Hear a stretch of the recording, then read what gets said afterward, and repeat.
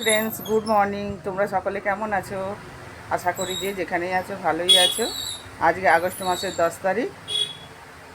এখন থেকে আমি আমার ব্লগটা শুরু করলাম। এখনও চা খাওয়া হয়নি, চাটা করে রেখে এসে তোমাদের আগে গুড মর্নিং বলতে আসলাম।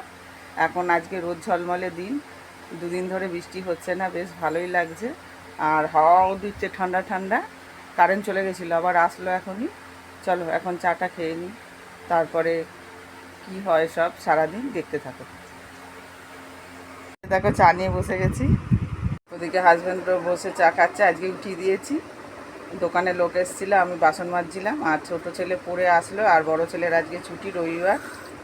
চলো চাটা খেয়ে নিই, তারপর ওদিকে ভাতের হাঁড়ি জল গরম করতে দিয়ে দিয়েছি, আর ডাল সেদ্ধ বসিয়ে দিয়েছি। ভাত নামিয়ে ফেলেছি, আর এখানে ডাল সেদ্ধ হয়ে গেছে। আর একটু জল দিলাম, আর লবণ, কাঁচা সর্ষের তেল, আর কাঁচা লঙ্কা।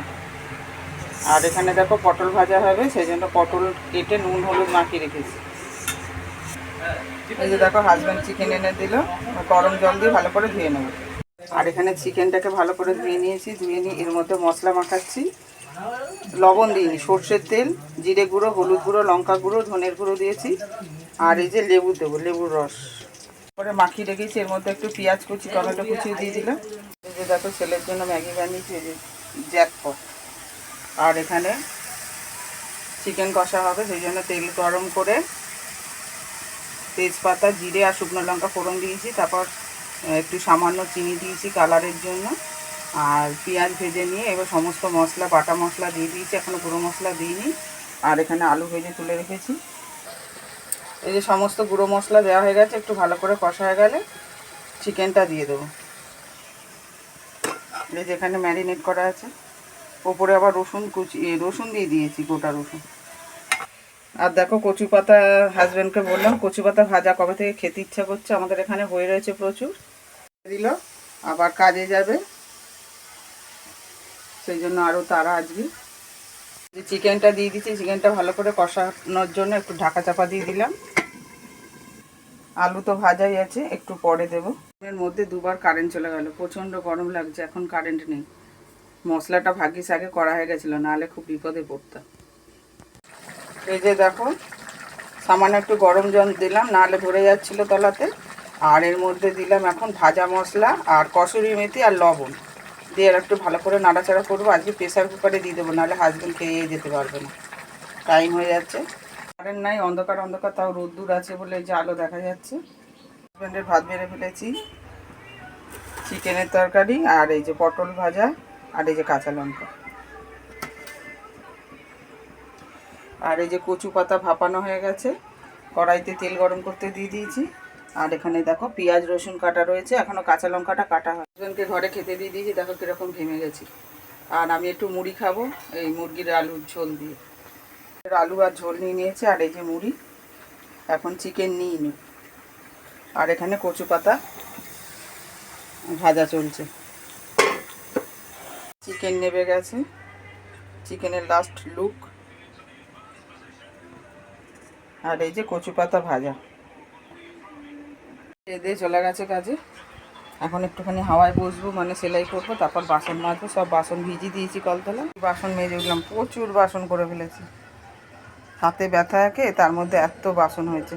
আর এই যে রান্নার বালতিতে ভরতে দিয়েছি, হাঁড়ি ভরা হয়ে গেছে। আজকে খুব সুন্দর রোদ্দুর উঠেছে। এই যে আমাদের তুলসী মঞ্চ,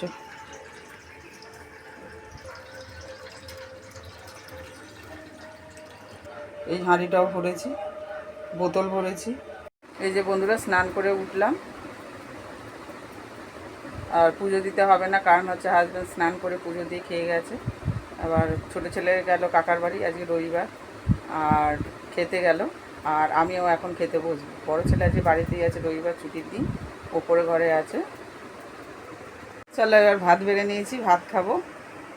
কচু পাতা ভাজা, পটল ভাজা, লেবুর আচার, চিকেন, ডাল সেদ্ধ।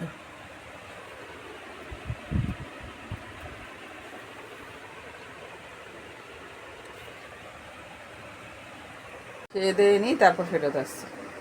4টে বাজে, খাওয়া দাওয়া তো অনেকক্ষণই হয়ে গেছে। ব্লাউজ হেম করছিলাম, এই যে আবার কালকে দেওয়ার আছে। এখন আবার দেখো বৃষ্টি নামলো, কত বৃষ্টি পড়ছে।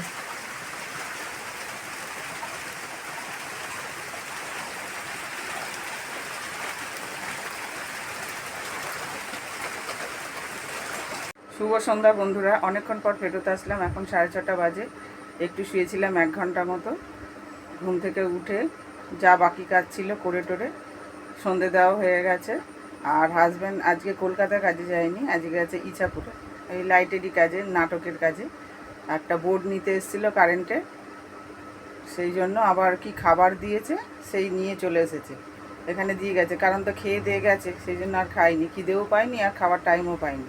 খাবার দাবার দিয়ে গেছে। কি কি দিয়েছে দেখো, ভাত, লেবু, এখানে আছে পাঁপড় ভাজা, এর মধ্যে আছে ডাল পেঁয়াজ দিয়ে, আর এখানে আছে একটা কাতলা মাছের পিস, আর সজনে ডাঁটা আলুর তরকারি।